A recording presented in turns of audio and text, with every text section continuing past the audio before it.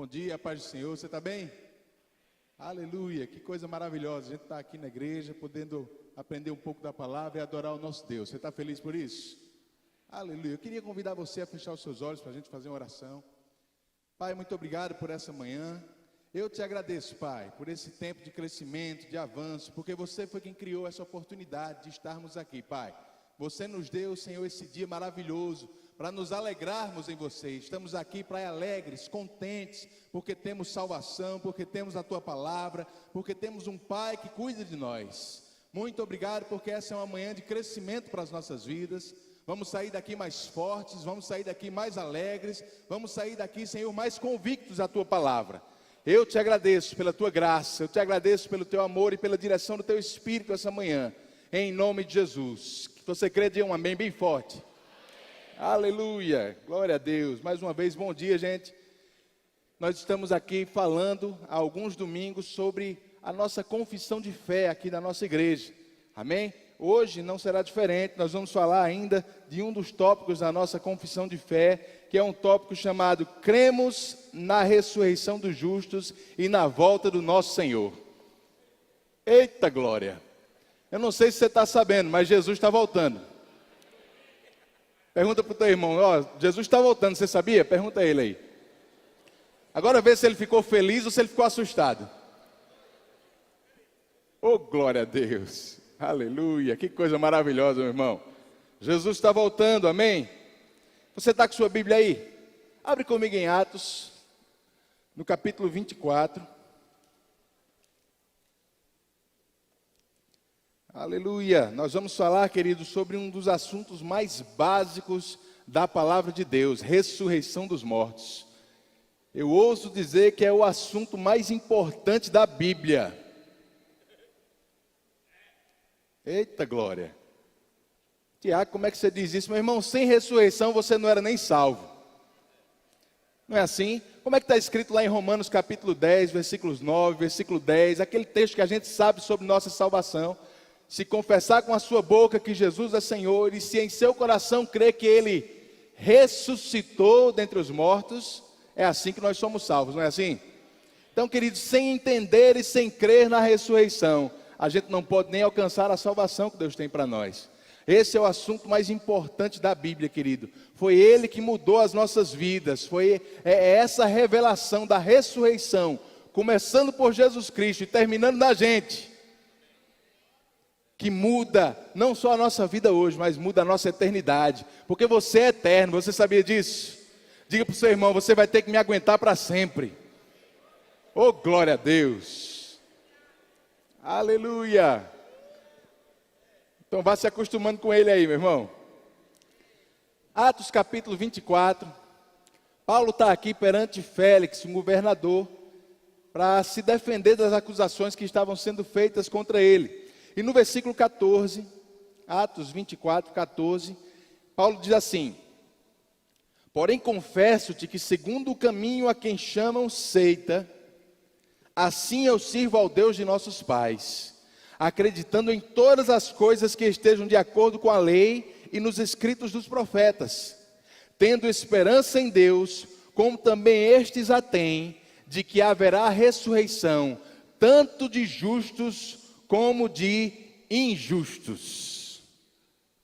Eita, glória a Deus! Haverá ressurreição, tanto de justos como de injustos. Sabe, querido, eu quero que você entenda algumas coisas acerca de ressurreição dos mortos, alguns princípios simples para a gente começar a falar sobre esse assunto. Quando estamos falando sobre ressurreição, ou a doutrina bíblica, o princípio da doutrina de Cristo, de ressurreição dos mortos, nós não estamos falando sobre aquele processo que aconteceu, por exemplo, com Lázaro. Quantos lembram aqui da história da ressurreição de Lázaro? Lá em João capítulo 11, a Bíblia diz que Lázaro já estava 4 dias morto, mas Jesus veio e mandou esse homem sair da cova, ressuscitou esse homem, que coisa maravilhosa, mas não é esse tipo de ressurreição que nós estamos falando. Sabe por quê? Porque Lázaro, eu quero dar uma grande revelação para você essa manhã.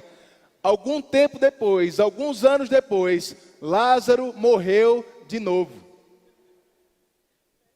Senão ele estaria frequentando alguma igreja hoje, não era? Mas a gente não vai encontrar Lázaro por aí, porque ele ressuscitou, mas morreu novamente. Da mesma forma, querido, com todos aqueles que experimentaram algum tipo de ressurreição na Bíblia. Você vai encontrar aí mais ou menos 9 casos de ressurreição em toda a Bíblia. Alguns deles no Novo Testamento, alguns deles no Velho Testamento. Mas tem uma coisa comum para todas essas pessoas.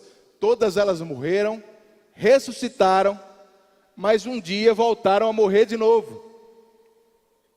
Só teve um caso. Oh, glória a Deus. Só teve uma pessoa, querido, que ressuscitou e não morreu novamente. É sobre esse tipo de ressurreição que só Jesus experimentou até agora, que a gente está falando aqui hoje. Uma ressurreição que Paulo diz em Romanos, no capítulo 6, versículo 9, que ele ressuscitou e a morte agora não tem mais domínio sobre ele. Meu Deus do céu. Ele ressuscitou para nunca mais morrer, meu irmão. É uma ressurreição eterna. Amém. Nós estamos falando sobre ressuscitar eternamente. Eu e você somos eternos, querido. Nós somos criados à imagem e semelhança de um Deus que é eterno. Nós somos eternos.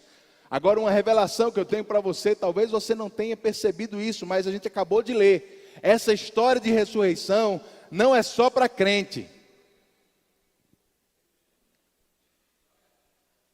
Porque não é o crente que é eterno, é o homem, a mulher, todo homem e mulher que foram criados nessa terra, foram criados à imagem e semelhança de Deus, e são eternos. E mesmo se morrerem um dia, a Bíblia diz que vão ressuscitar. A gente acabou de ler o próprio Paulo dizendo, vai haver ressurreição, tanto de quem é justo como de quem é injusto. A diferença, querido, é que o destino final dessas pessoas ressuscitadas vai ser diferente. Todos vão ressuscitar para existirem, viverem eternamente num corpo físico. Eu e você, a gente não foi chamado para ser alma vagando por aí, meu irmão. Você não foi criado por Deus para ser uma alma penada. Aleluia. Esse não é o destino da nossa eternidade. Você já aprendeu, quem fez o rema já sabe, você é um espírito que tem uma alma e habita em um corpo. Esse é o plano de Deus para você eternamente.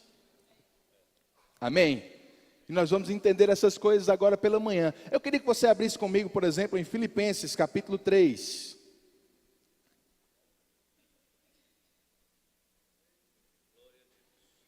Filipenses 3.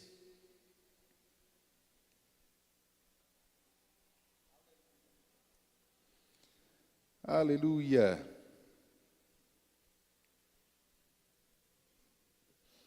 Versículo 20.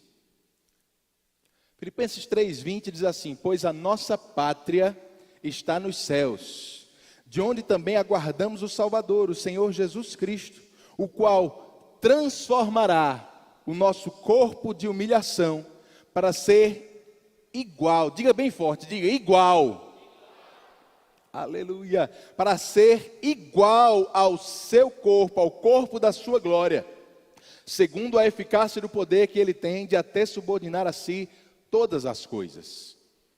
Paulo, também ensinando aqui sobre ressurreição, ele disse, olha, nossa pátria não é daqui, eu e você não somos desse mundo, você acredita nisso? Diga, eu não sou do mundo, nem vim para ficar. Aleluia. Nós não somos desse mundo, querido. É por isso que 1 João diz que nós não devemos amar a esse mundo, nem as coisas que há no mundo, porque tudo que há no mundo, a concupiscência da carne, a concupiscência dos olhos, a soberba da vida, tudo isso não procede de Deus, mas é do mundo. Aí ele diz, o mundo passa, bem como a sua concupiscência, mas aquele que faz a vontade de Deus, permanece eternamente. Diga, eu sou eterno. Aleluia. Paulo diz, você não é desse mundo, a nossa pátria é lá dos céus. Jesus já tinha falado sobre isso em João capítulo 15, capítulo 16, quando ele estava orando ao Pai, ele disse, Senhor, eles não são do mundo, como também eu não sou. Não se apegue a esse lugar, meu irmão, porque você não é daqui. Não se apegue às coisas daqui, você não vai levar nada lá para cima. E lá tem coisa muito melhor, viu? Aleluia. Oh, glória a Deus. Ele diz, a nossa pátria não é daqui, é lá dos céus. E de lá, nós estamos aguardando o nosso Senhor Jesus Cristo. Porque quando Ele vier, quando Ele se manifestar, vai acontecer algo. Ele diz que Ele vai transformar esse nosso corpo de humilhação para ser igual ao dele, meu irmão. Eu não sei se você está entendendo isso aqui, mas Paulo está comparando o processo que vai acontecer conosco com o mesmo processo que aconteceu com Jesus. Jesus ressuscitou dos mortos, e a gente já sabe que ele não ressuscitou da mesma forma que Lázaro, que Tabita, que as outras pessoas no Novo Testamento. Ele ressuscitou para a eternidade. Ele ressuscitou diferente, meu irmão. A gente vê Jesus, a Bíblia diz em Atos capítulo 1, que ele passou 40 dias aqui na terra ainda com os discípulos, depois de haver ressuscitado. E nesses 40 dias ele fez coisas diferentes das coisas que ele havia feito naqueles outros 3 anos e meio. Você vai ver, por exemplo, Jesus depois de ressuscitado, conversando com alguns discípulos no caminho de Emaús, conversando com eles, sentando com eles para comer. Aí de repente os discípulos percebem que era Jesus e ele desaparece. Oh, glória a Deus. Estão lá os discípulos com porta e janela fechada dentro de uma casa, com medo, porque tinham espalhado um boato que eles tinham roubado o corpo de Jesus. E eles estavam lá trancados naquela casa, com medo das autoridades. De repente, Jesus aparece no meio deles. Aí você vai pensar, meu Deus do céu, Jesus era uma alma penada agora, atravessando paredes, desaparecendo, aparecendo onde queria. Só que a Bíblia diz que ele aparece no meio deles, eles acham a mesma coisa que talvez você esteja pensando. A Bíblia diz que eles acharam que era um fantasma. Aí Jesus olha, não, pode pegar, é carne e osso. Eita glória, é carne e osso, meu irmão. Jesus ressuscitou num corpo de carne e osso, mas um corpo diferente, porque esse corpo não estava mais sujeito à morte. Esse corpo não estava mais sujeito a algumas leis da física. Esse corpo aparecia e desaparecia, atravessava a parede. Esse corpo até voava. Eu não sei se você está lembrado, Jesus foi para o céu voando, meu irmão. A Bíblia diz que os discípulos estavam lá em Atos capítulo 1, e ele começou a subir para os céus, e desapareceu no meio das nuvens, na frente deles. E a Bíblia diz que você vai ter um corpo igualzinho. Oh, glória a Deus. Você está pensando que é coisa de filme, né, meu irmão?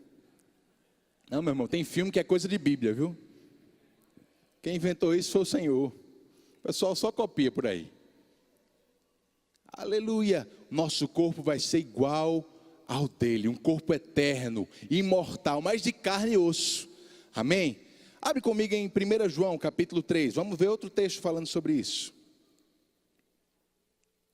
1 João 3. No versículo 1.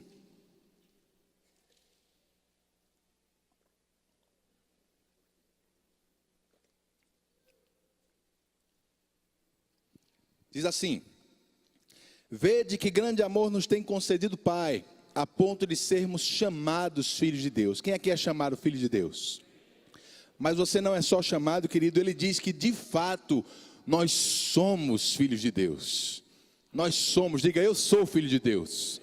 Diga, eu não vou ser filho de Deus, eu já sou filho de Deus. Aleluia. De fato nós somos filhos de Deus. Por essa razão, qual razão? Pelo fato de sermos filhos de Deus. Por essa razão o mundo não nos conhece, porquanto não conheceu a Ele mesmo, falando sobre Jesus Cristo. O mundo não nos conhece, porque não conheceu a Ele mesmo. Amados, versículo 2: agora somos filhos de Deus, e ainda não se manifestou o que haveremos de ser. Aleluia. Não se manifestou o que haveremos de ser. Olha que interessante, querido. João diz: nós já somos filhos de Deus. E porque nós somos filhos, o mundo não nos conhece, porque não conheceu a Jesus. Ele está dizendo, querido, que nós temos hoje as mesmas características, ou a mesma natureza que Jesus tinha quando estava aqui nessa terra. Filho de Deus. Você é filho de Deus, amém? E por essa razão, da mesma forma como o mundo tratou Jesus, o mundo vai te tratar também. Porque você é filho, como Jesus era filho naquele tempo que estava aqui na terra. Só que nós sabemos que depois da ressurreição, Jesus continuou sendo filho, mas agora ele tinha uma natureza ainda maior, ainda melhor. Ele estava diferente. Aí ele continua o versículo 2, ele diz que ainda não se manifestou o que nós vamos ser. Você já é filho, mas não para por aí, querido. Você já é filho, mas isso ainda não é tudo que Deus tem para você. Você já é filho, mas existe algo mais na vontade de Deus para você experimentar. A palavra diz que no momento que nós nascemos de novo, lá em 2 Coríntios capítulo 5, diz que nós somos feitos uma nova criatura. Quem aqui é nova criatura? As coisas velhas passaram, tudo se fez novo. Essa mudança foi feita, Deus não te reformou, meu irmão. Deus não te consertou, Deus te fez de novo. Só que foi por dentro. Por fora não mudou nada. Por fora você está do mesmo jeito. Quem era careca continuou careca. Quem estava alto continuou alto. Quem era baixinho, se não conseguiu crescer, continua baixinho. Mas por dentro você é uma outra pessoa. Amém. Esse é o fato que te torna filho de Deus. Esse é o início do pacote da salvação que Jesus conquistou para você. Te mudar, mas esse pacote da salvação não vem só para te mudar por dentro, não. Ele começa por dentro. Mas isso não é tudo. Não é tudo, meu irmão. Você não pode desprezar o teu corpo, sabe? A Bíblia fala da nossa carne, a Bíblia fala que ela ainda está ligada a esse mundo, que ela ainda tem desejo pelas coisas do mundo, pelo pecado, mas Jesus veio para mudar até isso na tua vida também. Só que é por etapas, é um processo. Primeiro teu espírito, depois vai se manifestar o que você ainda vai ser. Porque ele diz, continua lendo o versículo 2, sabemos que quando ele se manifestar, seremos semelhantes a ele, porque haveremos de vê-lo como ele é. Aleluia. Meu Deus do céu. Você já é filho. Você já tem a salvação. Você já está desfrutando aqui, querido, como Hebreus 6 diz, os poderes do mundo vindouro. Mas você ainda não está experimentando tudo. Ainda não se manifestou o que você vai ser. Porque quando ele se manifestar, ele vai transformar esse seu corpo de humilhação para ser igual ao dele. Quando ele se manifestar, nós o veremos face a face e seremos semelhantes a ele. Está pronto, querido, para ter um corpo que não vai estar mais sujeito à morte? Para ter um corpo, querido, que você vai poder aparecer, desaparecer onde quiser. Está pronto para voar? Meu Deus do céu. Se você estiver achando que é loucura, meu irmão, reclame da Bíblia. Amém? Mas é isso que está reservado para a gente. Ainda não se manifestou o que haveremos de ser. Mas quando ele se manifestar, nós seremos semelhantes a ele. Seremos semelhantes a ele. Paulo diz algo bem parecido lá em Colossenses capítulo 3, eu não vou abrir para a gente ganhar tempo, mas no versículo 1 ele diz, olha amados, pense nas coisas lá do alto, não pense nas coisas aqui da terra não, coloque o teu pensamento lá do alto, onde está a tua vida oculta em Cristo, porque quando Cristo, que é a vossa vida, se manifestar, vocês também serão manifestados com ele em glória. Tem algo para acontecer com a gente, querido, quando Jesus vier. Tem algo para acontecer conosco quando Jesus se manifestar lá dos céus. A Bíblia diz que isso é tão poderoso que lá em Romanos 8, Paulo diz que toda a criação geme e suporta angústias até agora, aguardando a redenção do nosso corpo. Meu Deus do céu. Você está entendendo que não vai ser um evento pequeno não, querido. É algo grande que está para acontecer com você. É algo grande que está para acontecer na nossa vida quando Jesus se manifestar. Amém?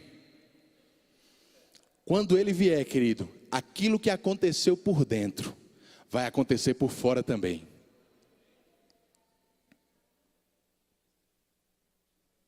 Aleluia. Aleluia. Jesus está voltando, meu irmão. Esse dia está chegando. Esse dia está chegando.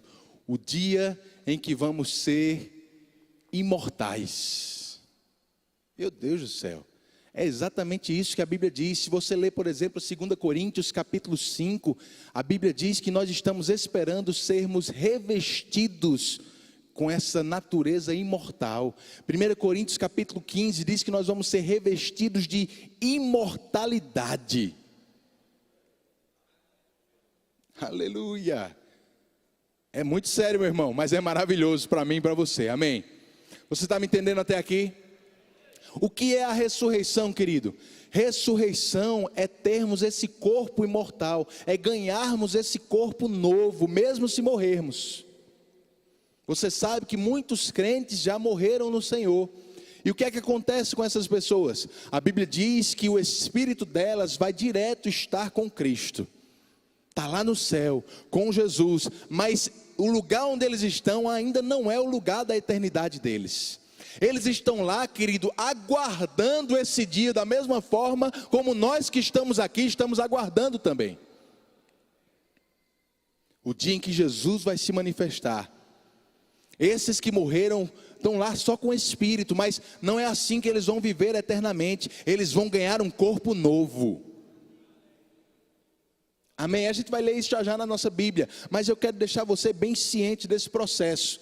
Isso vai acontecer quando Jesus se manifestar. Ele vai transformar esse nosso corpo de humilhação para ser igual ao dele. Essa doutrina de ressurreição deixava as pessoas desde o tempo de Jesus pensando muitas coisas diferentes. É tanto que você vai ver nos evangelhos que na época de Jesus já haviam grupos de pessoas entre os judeus que discutiam se a ressurreição era real ou não. Pessoas que acreditavam na ressurreição, mas pessoas que não acreditavam, porque o Velho Testamento ensina sobre esse assunto. A gente viu o próprio Paulo falando isso em Atos 24, o primeiro texto que a gente leu, dizendo que a lei e os profetas falavam sobre isso.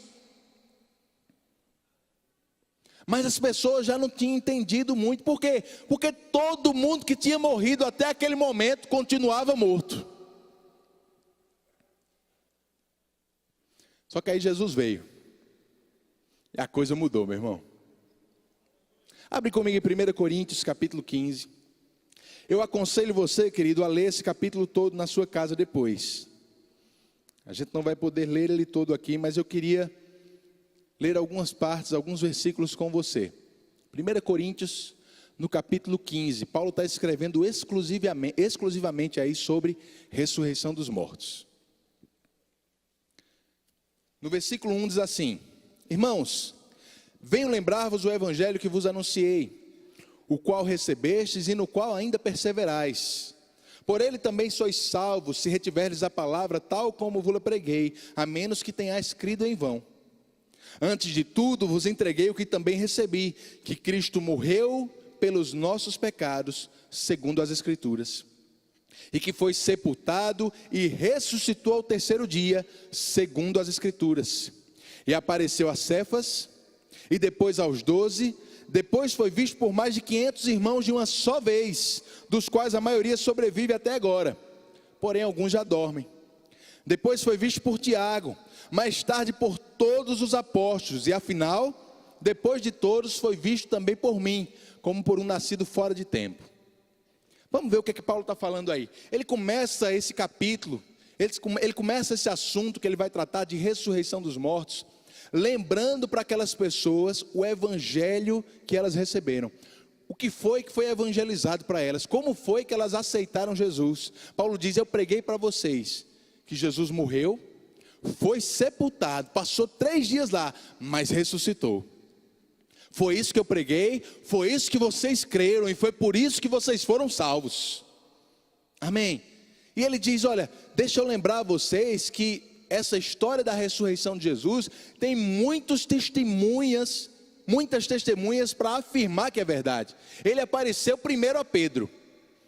Foi a primeira pessoa dentre aqueles discípulos a ver Jesus ressuscitado. Depois apareceu para os demais, naquele episódio que a gente falou aqui, quando eles estavam trancados numa casa. Depois a Bíblia diz que ele apareceu para mais de 500 pessoas, querido. 500 pessoas viram o homem vivo. E quando Paulo escreveu isso, ele diz: a maioria desses 500 irmãos ainda estava vivo. Tinha muita gente para testificar que era verdade. Depois Paulo diz, ele apareceu para Tiago. Esse Tiago não era um dos apóstolos de Jesus, era o Tiago, irmão de Jesus. O Tiago, irmão de Jesus, que os evangelhos dizem que nem cria nele. Não cria. Mas alguma coisa mudou depois que Jesus apareceu para ele ressuscitado. Porque a carta que a gente tem na nossa Bíblia não é do Tiago apóstolo, é do Tiago, irmão de Jesus. E ele começa essa carta dizendo: Tiago, servo e apóstolo do nosso Senhor Jesus Cristo. Alguma coisa mudou com Tiago depois que ele viu Jesus ressuscitado, meu irmão. E por último, Jesus ressuscitado apareceu para Paulo, naquela estrada para Damasco. Você conhece a história. Paulo estava só tentando provar, querido, que essa história da ressurreição de Jesus era um fato real. Tinha muita gente viva para dizer que tinha visto ele vivo. Não era uma coisa de 2, 3 pessoas, não. Muita gente podia testificar que Jesus tinha ressuscitado. Amém?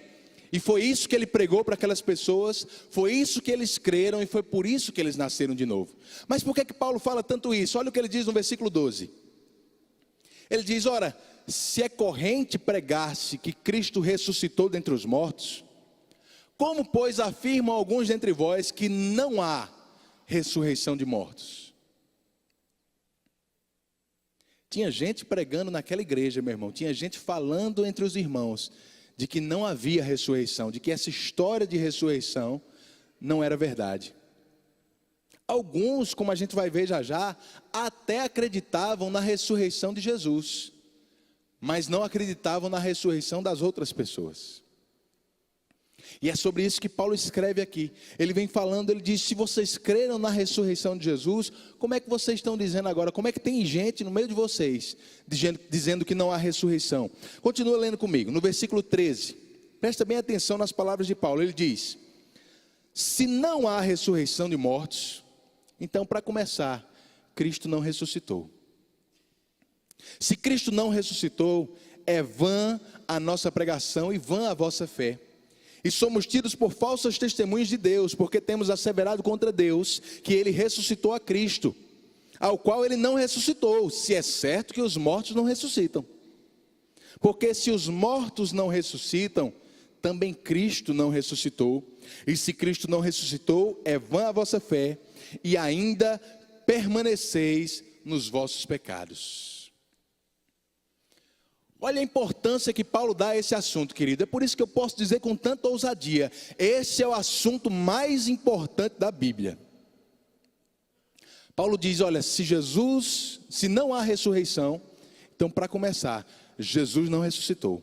Porque ou há ressurreição para todo mundo, ou não há para ninguém, nem para Jesus. Não é sério isso? Se não há ressurreição, ele diz: Jesus não ressuscitou. E se Jesus não ressuscitou, meu irmão, a gente está numa situação muito difícil. Porque ele diz: nós ainda permanecemos nos nossos pecados. A gente está achando que é justificado, a gente está achando que não é mais pecador. Mas se Jesus não ressuscitou, isso é mentira. Se Jesus não ressuscitou, meu irmão, a nossa pregação é em vão. E a fé de vocês é em vão também. O que a gente prega não vale de nada, e o que vocês estão crendo não vale de nada. Se Jesus não ressuscitou, querido, nós ainda estamos na mesma situação que a gente estava antes da gente achar que tinha nascido de novo. E ele vai mais fundo, no versículo 18 ele diz: se Jesus não ressuscitou, os mortos em Cristo, aqueles que dormiram em Cristo, pereceram. Ele diz: aqueles que morreram achando que estavam salvos, não tem jeito para eles não.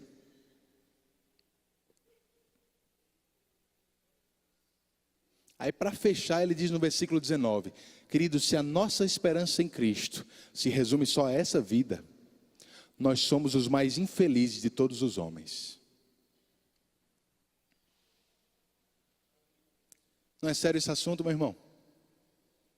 Ele disse: se você acha que o que Jesus fez para a gente foi só para a gente ter uma vida boa aqui, você não entendeu ainda a salvação.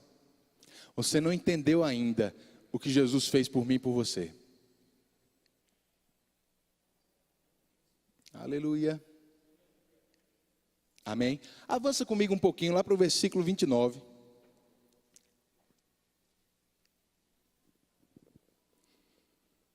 Versículo 29 ele diz: de outra maneira, que farão os que se batizam por causa dos mortos?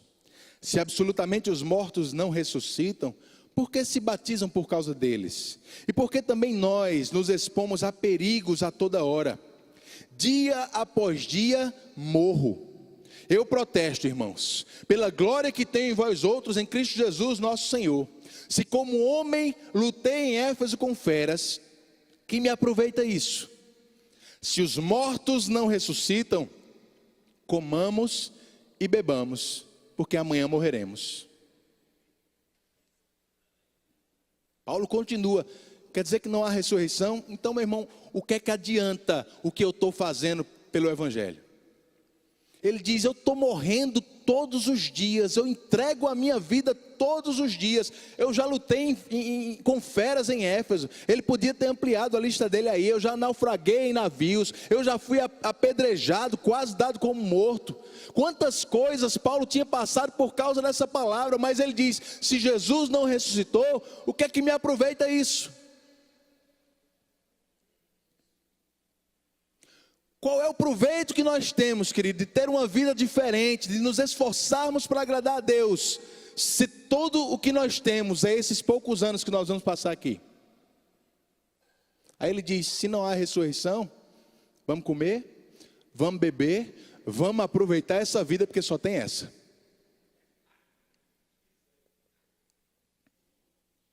É assim que o mundo vive. É assim que as pessoas lá fora entendem a vida deles, aproveitando esse pouco tempo que tem para fazer o que querem, porque só tem esse tempo na cabeça deles. É por isso que a Bíblia diz que eles não têm a mesma esperança que eu e você tem. Diga: eu tenho esperança. Aleluia. Volta comigo para o versículo 20. Paulo diz: mas de fato, diga de fato, Cristo ressuscitou dentre os mortos. Aleluia. Esse é um fato, meu irmão. Jesus ressuscitou, e eu vou te dizer: se Jesus ressuscitou, existe sim ressurreição de mortos. Se Jesus ressuscitou, nós não estamos mais nos nossos pecados, nós estamos vivendo aqui para Ele. Não é vã a nossa pregação, não é vã a vossa fé, não é vã aqueles que dormiram, morreram em Cristo. Eles têm um futuro esperando por eles, e nós somos sim o povo mais feliz dessa terra. Porque há ressurreição, querido. Satanás não pode fazer nada para roubar o nosso futuro, nem nos matar. Aleluia. De fato, ele diz: Cristo ressuscitou dentre os mortos, sendo ele, diga, as primícias. Sendo ele as primícias dos que dormem, visto que a morte veio por um homem, também por um homem veio a ressurreição dos mortos. Versículo 22. Porque assim como em Adão todos morrem, assim também todos, diga todos, todos serão vivificados em Cristo. Cada um, porém, versículo 23, na sua própria ordem. Diga, tem uma ordem. O negócio é organizado, meu irmão, não é de qualquer jeito não, tem uma ordem. Ele diz: Cristo, as primícias, como ele falou no versículo 20, as primícias dos que dormem. Colossenses no capítulo 1 diz que ele é o primogênito dos mortos, é o primeiro a ser gerado dentre os mortos. Se ele é o primeiro, meu irmão, é porque vai haver um segundo, vai haver um terceiro. Aleluia. Ele foi só o primeiro. Mas tem uma ordem: Cristo, as primícias. Jesus foi o primeiro. Isso quer dizer, querido, que antes de Jesus, ninguém havia experimentado ainda essa ressurreição para a eternidade. A Bíblia diz que do jeito que Adão trouxe morte para todos os homens, Jesus ele trouxe a ressurreição para todos os homens. Todos, justos e injustos. Amém? A gente vai entender mais isso. Mas ele diz, primeiro, Cristo as primícias. Depois, como é que está aí no versículo 23? Lê comigo. Cristo as primícias. Depois, os que são de Cristo. Diga para o seu irmão, está falando de você. Depois, os que são de Cristo. Mas quando? Como é que está na sua Bíblia? Quando isso vai acontecer? Na sua vinda, no dia que Ele se manifestar, no dia em que Ele vai transformar esse nosso corpo de humilhação, para ser igual ao dele, no dia em que nós vamos vê-lo face a face, seremos como Ele é. Aleluia. Cristo foi o primeiro. Antes de Jesus ninguém ressuscitou para a eternidade. Mas os próximos serão os que são de Cristo. Está falando comigo, com você, com aqueles que morreram salvos. Os próximos serão eles, mas isso só vai acontecer na segunda vinda. Isso quer dizer, meu irmão, que de Jesus para cá, ninguém mais experimentou essa ressurreição para a eternidade ainda. Amém? Os próximos serão os de Cristo, mas só na sua vida. Como é que isso vai acontecer? Eu queria que você avançasse um pouquinho aí comigo. Lá para o versículo 50. Mais uma vez, querido, leia esse capítulo todo em casa depois. Você vai entender muita coisa boa. No versículo 50, Paulo diz assim: isto afirma, irmãos, que a carne e o sangue não podem herdar o reino de Deus, nem a corrupção herdar a incorrupção. Eis que vos digo um mistério. Diga comigo, é mistério. É mistério, meu irmão. Agora eu tenho uma revelação para você. Se o mistério foi dito, ele deixou de ser mistério. Oh glória, que revelação, não é não? Eis que vos digo um mistério: nem todos dormiremos, mas transformados seremos todos.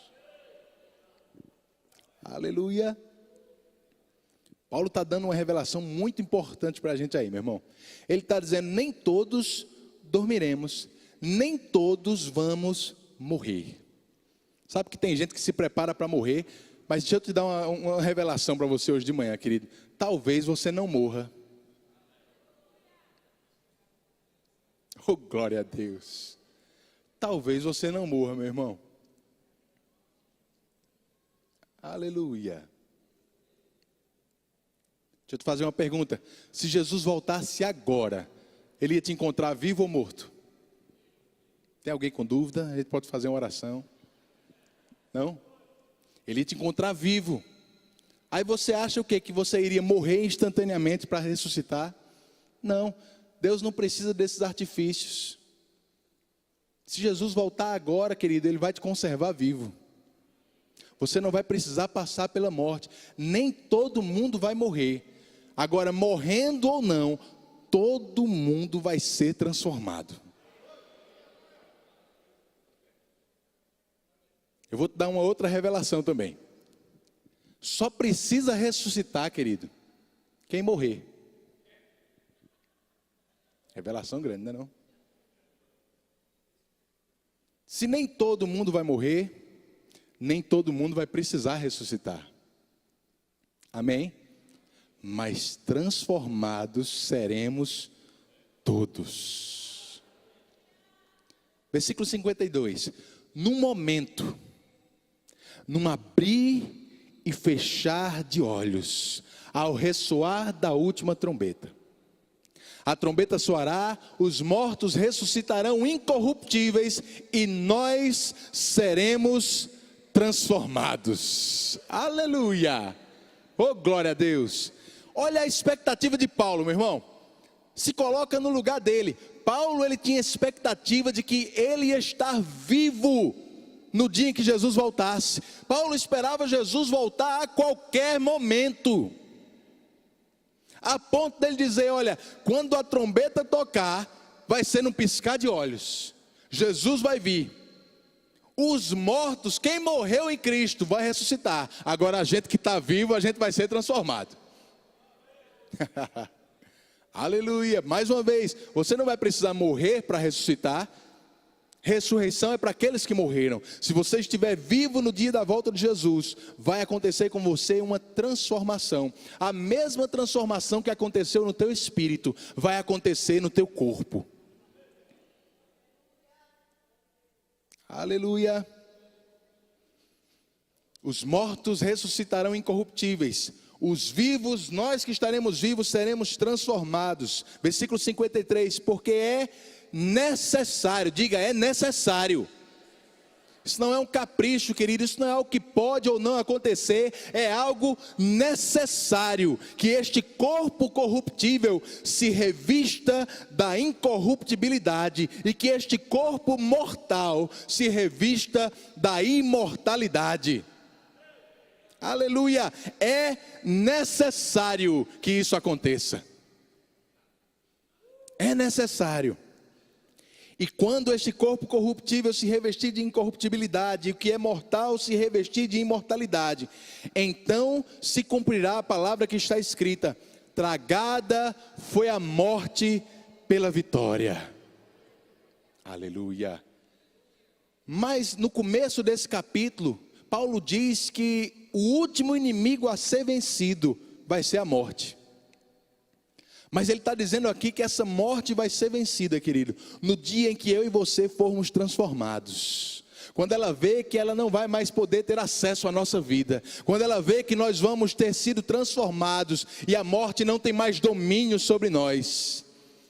Aí Paulo começa a citar o Velho Testamento para zombar da morte. Ele diz: onde está a morte? A tua vitória. Cadê a morte? O teu aguilhão. Porque o aguilhão da morte é o pecado, e a força do pecado é a lei, mas graças a Deus que nos dá a vitória por intermédio do nosso Senhor Jesus Cristo. Diga: eu já tenho a vitória. Diga mais forte: eu já tenho a vitória. Aleluia. Crente não precisa ter medo da morte, meu irmão.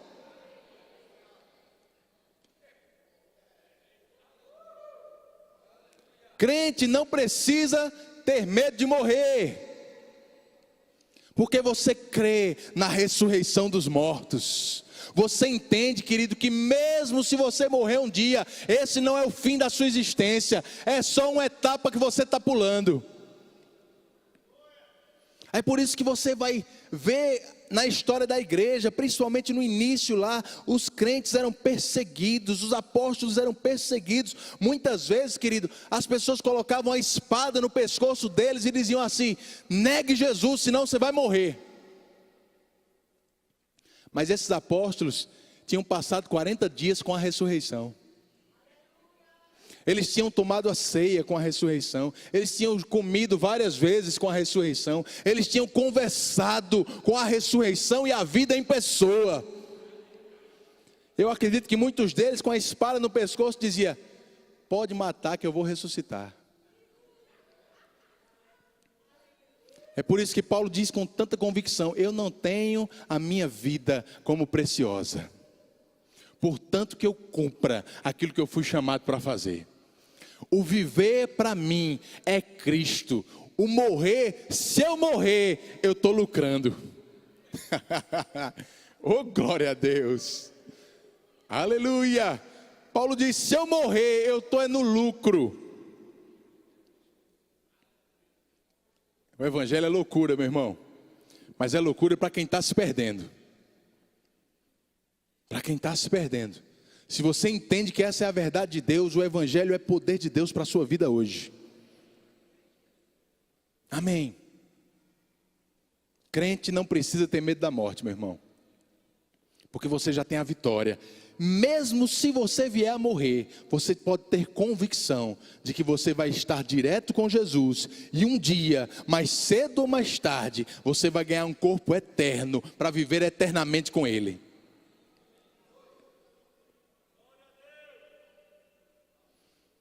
Aí deixa eu te perguntar, meu irmão, se você não tiver medo da morte, você vai ter medo do quê? O que é que pode te dar mais medo do que a morte? Graças a Deus que nos dá a vitória, por intermédio do nosso Senhor Jesus Cristo. Você entende isso? Você já é mais do que vencedor, querido. Sobre todas as coisas, você já é mais do que vencedor. Satanás, ele pode tentar qualquer coisa contra você, ele pode até tentar te matar, mas ele nunca vai ser vitorioso sobre a sua vida. Aleluia. Ele já te perdeu. Ele já te perdeu, meu irmão. Aleluia. Onde está, ó morte, a tua vitória? Paulo fica zombando da morte. Paulo não tinha medo de morrer, querido. Eu e você, a gente não pode ter medo de morrer. Eu e você, nós devemos viver como Paulo, entregando a nossa vida todos os dias nas mãos do Senhor, para fazer a vontade dEle. Amém. Aleluia. Vai comigo para 1 Tessalonicenses, capítulo 4.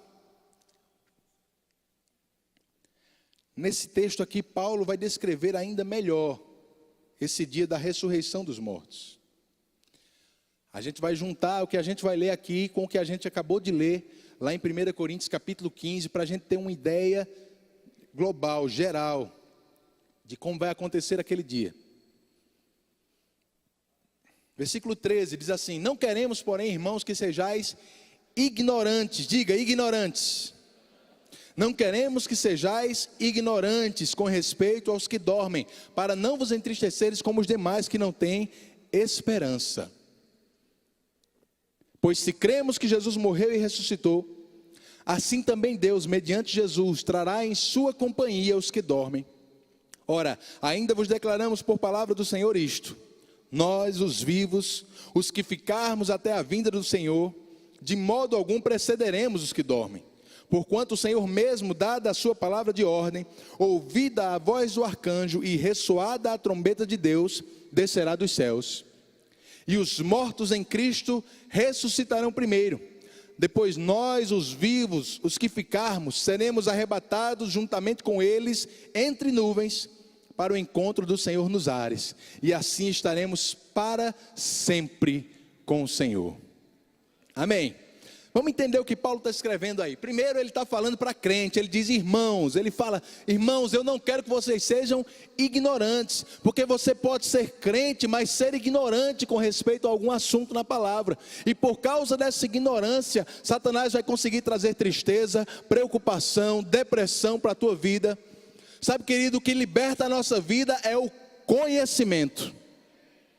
Quando você conhece o plano de Deus, quando você conhece a vontade de Deus para a sua vida, você vai estar livre dessas coisas. Satanás não vai poder te aprisionar. Ele diz, irmãos, eu não quero que vocês sejam ignorantes com respeito às pessoas que morreram, que dormiram em Cristo. Porque se vocês não conhecerem sobre o que aconteceu, o que está acontecendo e o que vai acontecer com eles, vocês vão ficar tristes como os demais. Amém? Entenda isso, querido. Não é que a gente não fique triste quando um amigo, um parente nosso, crente, ele parte para o Senhor.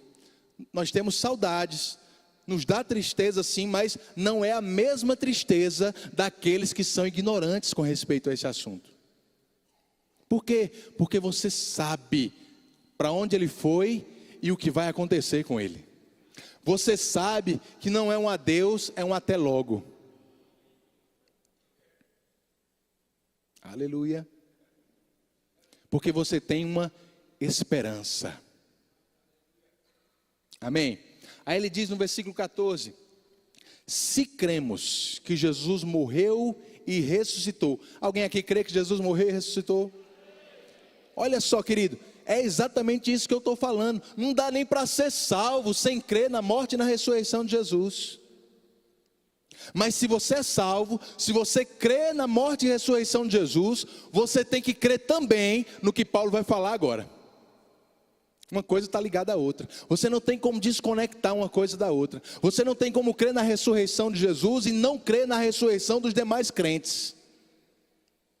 Se cremos que Jesus morreu e ressuscitou, assim também Deus, mediante Jesus, trará em sua companhia os que dormem. Oh, glória a Deus. Paulo disse isso em Filipenses capítulo 1, aquele texto que eu citei para você ainda agora. Viver para mim é Cristo, morrer é lucro. Ele diz, de um e outro lado estou constrangido, tendo desejo de partir e estar com Cristo. Paulo sabia que no momento que ele morresse, no momento que ele deixasse esse corpo, porque morte natural é exatamente isso, é o espírito deixando o corpo. No momento que ele deixasse esse corpo, ele iria diretamente estar com Cristo. É exatamente isso que aconteceu com todos aqueles que morreram salvos até hoje. Eles estão lá com Jesus, meu irmão. Maravilhoso, um lugar maravilhoso, mas mesmo assim, eles ainda não estão desfrutando da eternidade que Deus preparou para eles. Porque sabe o que vai acontecer? Nesse dia aqui que Deus der a ordem, Jesus vai vir do céu, mas Ele não vai vir só.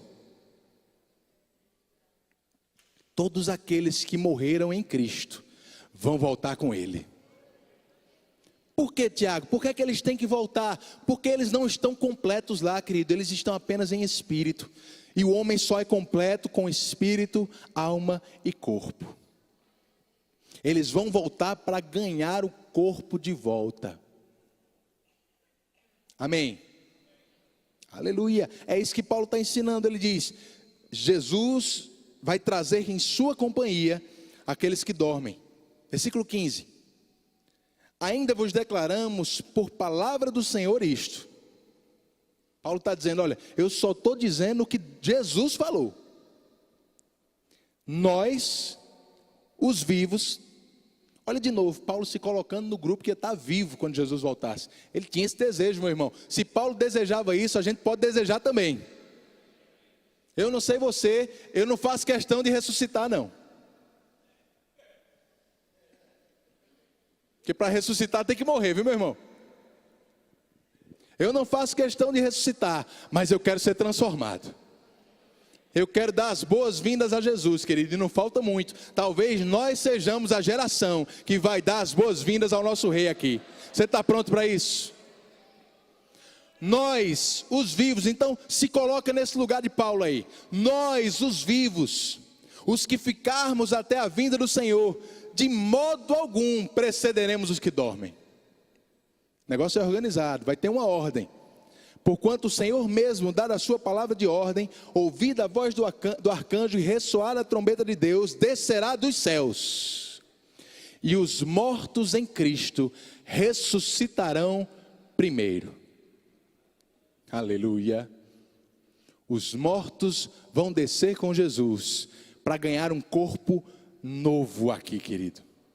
Ressuscitado. Um corpo de carne e osso, como que Jesus tem. Mas um corpo imortal, incorruptível. Você está me entendendo? Aleluia. E o que é que vai acontecer conosco que estaremos... Você crê que vai estar vivo? O que é que vai acontecer conosco? A gente leu lá em 1 Coríntios 15. Os mortos ressuscitarão primeiro e nós que estaremos vivos seremos transformados. Esse corpo de humilhação vai ser transformado num corpo de glória. Esse corpo mortal vai ser revestido de imortalidade.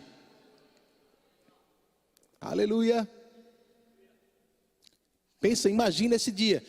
Deus deu a ordem, o anjo tocou a trombeta, Jesus desceu dos céus, mas ele não desceu só. Os espíritos de todos aqueles que morreram salvos vão descer com Jesus nesse dia. E vão ganhar um corpo novo aqui, vão ressuscitar. Nós que vamos estar vivos no nosso corpo, nós simplesmente seremos transformados. Esse corpo mortal vai virar um corpo imortal. E aí a Bíblia diz que todos nós, aleluia, aqueles que ressuscitaram e aqueles que foram transformados, todos vamos começar a ser levados, arrebatados nos ares, para se encontrar com Jesus que vai estar nos esperando lá em cima. Pergunta para o seu irmão, está pronto para voar, meu irmão?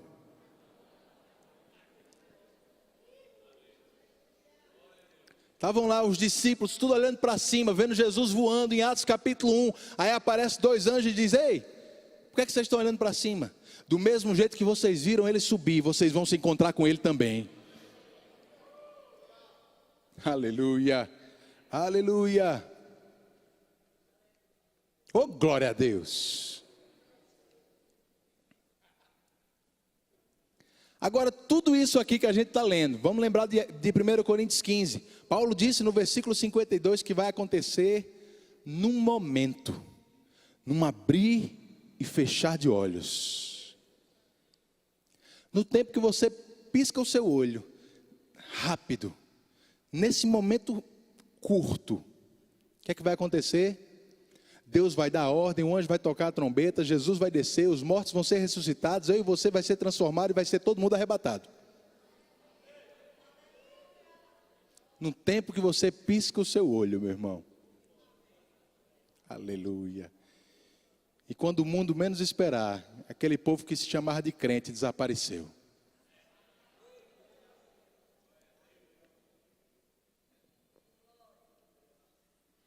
Sua casa vai ficar, seu carro vai ficar, aquela roupa que você mais gosta vai ficar, até tua Bíblia vai ficar, viu, meu irmão? É por isso que ele disse: não se apegue às coisas desse mundo. Você não é daqui nem veio para ficar, meu irmão. Sua pátria é lá de cima, é lá de cima. Amém. Aleluia, aleluia, glória a Deus, glória a Deus. Que coisa maravilhosa, é esse dia que a gente está aguardando, querido. É o dia em que Jesus vai se manifestar, mas não ainda para o mundo, não ainda para todo mundo ver. Esse é um dia que ele vai se manifestar para aqueles que são de Cristo. Vem para nos buscar, vem para nos tirar dessa terra, vem para ressuscitar aqueles que foram salvos. Mas a gente já viu que ressurreição não é algo só para quem é salvo. Só que ela vai acontecer por etapas. A gente acabou de ver algumas delas. Paulo mesmo disse: Cristo foi o primeiro, depois os que são de Cristo, eles são os próximos. Mas os que não são de Cristo também vão ter a etapa deles. Depois que a igreja, depois que eu e você formos tirados dessa terra, a Bíblia diz que a gente vai ficar lá no céu com o Senhor por um tempo. Entenda, querido, que o céu não é o lugar da nossa eternidade. O céu não foi criado para o homem. A Bíblia diz que os céus são os céus do Senhor, mas a terra Ele deu para os filhos dos homens. O céu é um lugar para a gente passar um tempinho. Mas a Bíblia diz que essa terra e até os céus um dia serão destruídos. Por isso você não pode se apegar muito a esse mundo, meu irmão. Ele passa. Ele vai passar. Mas fica tranquilo, Deus já tem experiência no assunto. Deus já acabou com o mundo uma vez. Só que foi com água. Da próxima vez, em 2 Pedro capítulo 3, diz que vai ser com fogo. Você está me entendendo aqui? Até aqui? Mas vamos entender o que vai acontecer, querido. A gente não vai ter tempo de ver todos os textos, mas eu aconselho você a fazer o rema. Amém? Você já fez o rema, você já estudou isso em doutrinas básicas da Bíblia, você já estudou isso em escatologia no 2º ano. Então fica tranquilo, se você não lembra, vai lá assistir as aulas de novo. Mas o que é que vai acontecer? A palavra diz que nós vamos ser levados para os céus, estar com Jesus, porque vai começar um período nessa terra de 7 anos, que nós batizamos de um período de tribulação. 7 anos em que a igreja não vai estar mais aqui. O negócio vai ser sério, meu irmão. Porque o sal da terra, a luz do mundo foi tirada do mundo. Esse mundo vai cair em trevas. Você está me entendendo? E a Bíblia diz que nesse tempo vai se levantar o anticristo, que você já deve ter ouvido falar dele. Vai se levantar o falso profeta, e eles vão estar estabelecendo coisas aqui nessa terra durante esses 7 anos.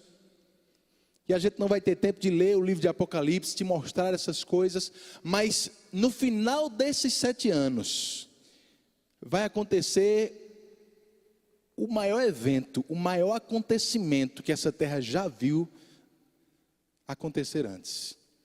É o que a Bíblia chama da gloriosa vinda do Senhor Jesus Cristo. Porque Jesus vai vir de novo, mas não é só mais para aqueles crentes, porque os crentes ele já levou. Algumas pessoas vão se converter sim, durante os 7 anos de tribulação. Não vai ser um tempo fácil para ser crente aqui na terra, meu irmão. Mas Jesus vai vir no final desses 7 anos.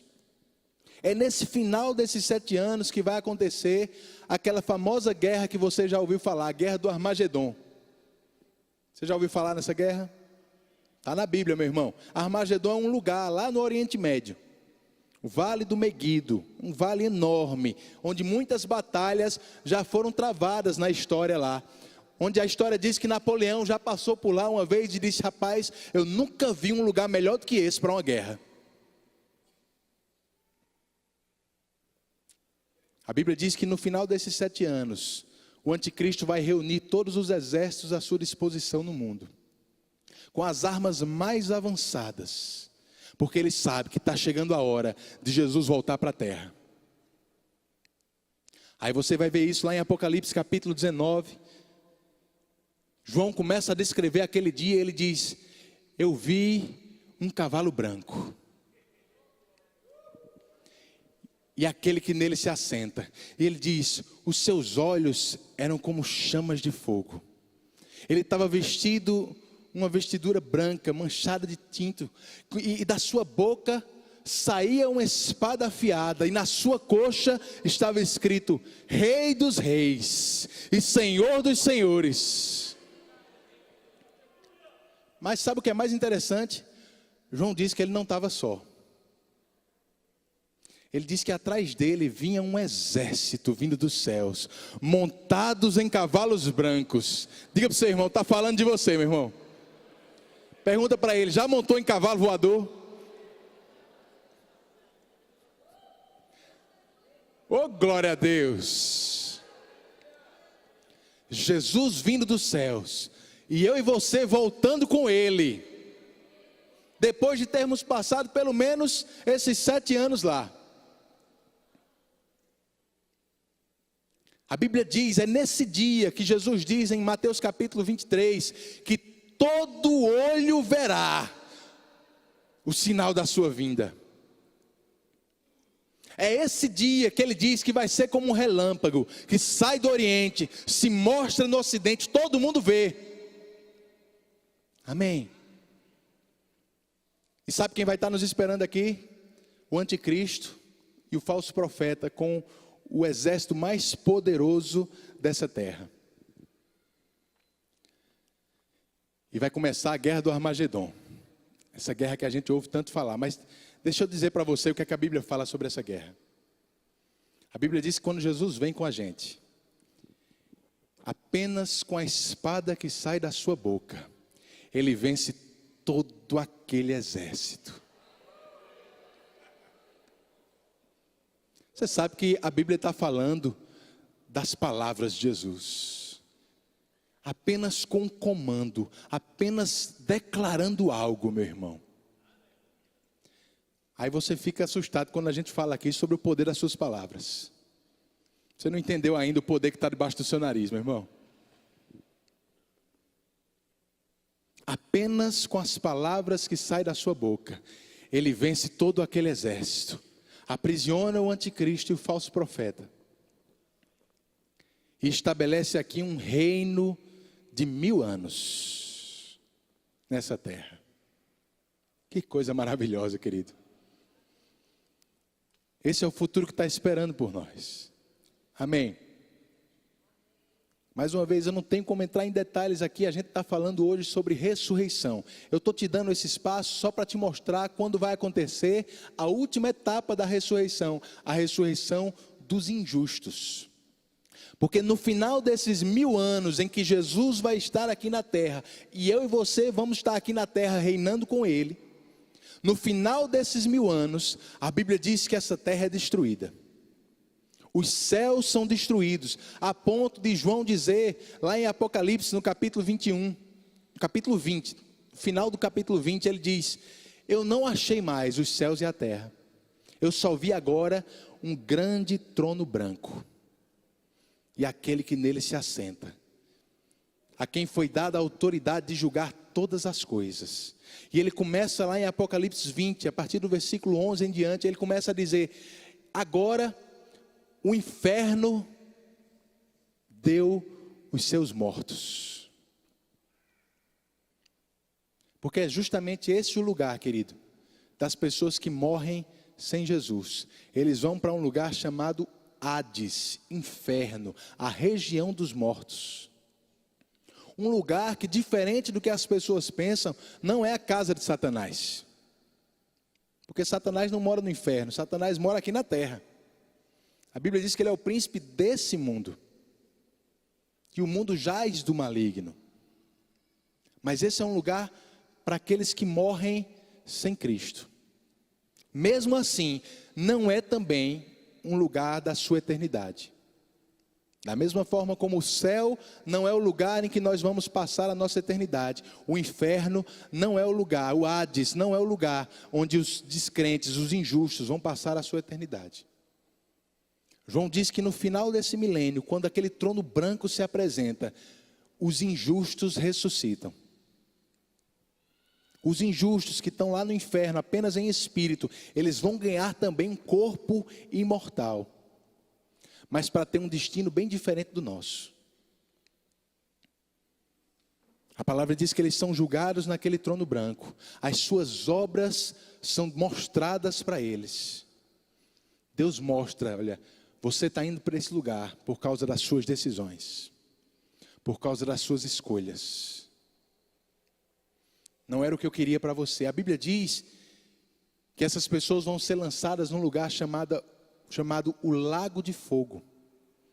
E Jesus diz que esse lugar foi criado por Deus para o diabo. Não foi para as pessoas, para o diabo. Mas as pessoas, por amarem o pecado, por desobedecerem a instrução da palavra, por não receberem Jesus como seu Senhor, serão lançadas naquele lugar. Essa é a responsabilidade que a gente tem, querido, de pregar essa palavra. É de livrar o máximo de pessoas possíveis desse destino eterno. É sim para que eles tenham uma vida melhor aqui na terra. É sim para que eles frequentem a igreja conosco, para que eles tenham uma vida alegre, de paz, de prosperidade, de segurança. É sim por isso também, mas principalmente para que eles tenham um futuro melhor. Uma eternidade com Deus, juntamente conosco. Porque depois da morte, não existe mais escapatória. Você está me entendendo? Aleluia. Então, os ímpios vão ressuscitar para passarem por esse tribunal, esse trono branco, e serem lançados juntamente com o diabo no lago de fogo. Depois que isso acontece, a gente vai ver João narrando a nossa eternidade, em Apocalipse capítulo 21.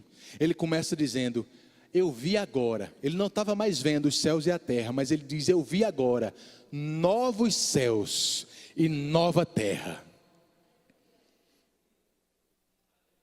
Aleluia. Novos céus e nova terra.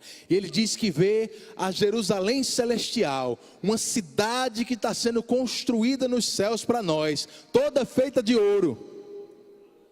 Uma cidade, querido, tão importante que Abraão já sabia acerca dessa cidade. A palavra diz isso em Hebreus capítulo 11, que Abraão já aguardava essa cidade, da qual Deus é o arquiteto. E João diz que vê essa cidade descendo para essa nova terra. E esse é o lugar onde eu e você vamos passar a nossa eternidade. Numa terra, querido, tão maravilhosa, que a Bíblia diz que ela nem vai ter mais sol. Porque não vai precisar de dia e de noite. Porque a glória de Deus vai iluminar tudo o tempo todo. Ele vai habitar aqui conosco. Ele vai enxugar dos nossos olhos toda lágrima. Não haverá mais dor, não haverá mais pranto.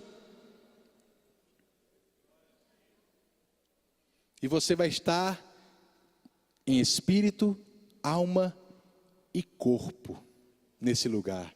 Um corpo de carne e osso, mas que não adoece, que não morre, que não envelhece. Meu Deus do céu. Diga de novo agora para o seu irmão, diga para ele, Jesus está voltando, meu irmão. Veja se ele está mais feliz do que ele estava no começo da pregação. Agora, querido, lembra, Jesus disse em Mateus 16, que Ele nos deu as chaves do reino dos céus. Quem tem a chave é quem dá acesso a outras pessoas. Nós temos uma responsabilidade com essa palavra, de levar gente para o céu junto com a gente. De livrar pessoas do lago de fogo, do inferno. Pregue essa palavra, querido. Evangelize, pregue essa palavra em tempo ou fora de tempo. Faça a sua parte. Amém. A parte de Jesus Ele já fez, Ele já te deu vida. Nós já somos filhos de Deus. Diga, eu já sou filho de Deus. Mas ainda não se manifestou, querido, o que você vai ser. Porque quando Ele se manifestar, nós vamos ser iguais a Ele. Iguais a Ele. Jesus está voltando, meu irmão. Jesus está voltando. Você pode render graças a Ele por isso. Você pode ficar de pé e começar a render graças por tão grande salvação. Por tão grande salvação que Ele conquistou para você e para mim. Muito obrigado, Pai. Muito obrigado, Pai, porque você mudou não só a nossa vida, você mudou até a nossa morte, você mudou a nossa eternidade, você mudou a nossa história, Senhor. Nós somos gratos a você, somos gratos, Pai. Queremos, Senhor, viver essa vida para Ti, Pai. Queremos, Senhor, colocar a Tua vontade em primeiro lugar nas nossas vidas. Queremos trocar as nossas prioridades, Pai. Queremos servir a você, assim como Paulo servia. Queremos servir a você com a nossa vida, Pai. Obrigado. Não precisamos temer nada. Não precisamos temer a morte. Não precisamos temer coisa alguma, porque você está conosco. Você está conosco, Pai. Obrigado pela Tua palavra que nos fortalece, que nos traz conhecimento, convicção, que não nos deixa desamparados, Pai, mas que nos dá uma esperança quanto ao nosso futuro. Eu te agradeço, Pai. Eu te agradeço porque estamos mais fortes, mais convictos da Tua vontade para nós. Estamos mais convictos, Pai, que não temos tempo a perder. Precisamos fazer a Tua vontade enquanto é dia, Pai, enquanto estamos nessa terra. Muito obrigado, Senhor. Muito obrigado, muito obrigado. Muito obrigado. Em nome de Jesus. Em nome de Jesus.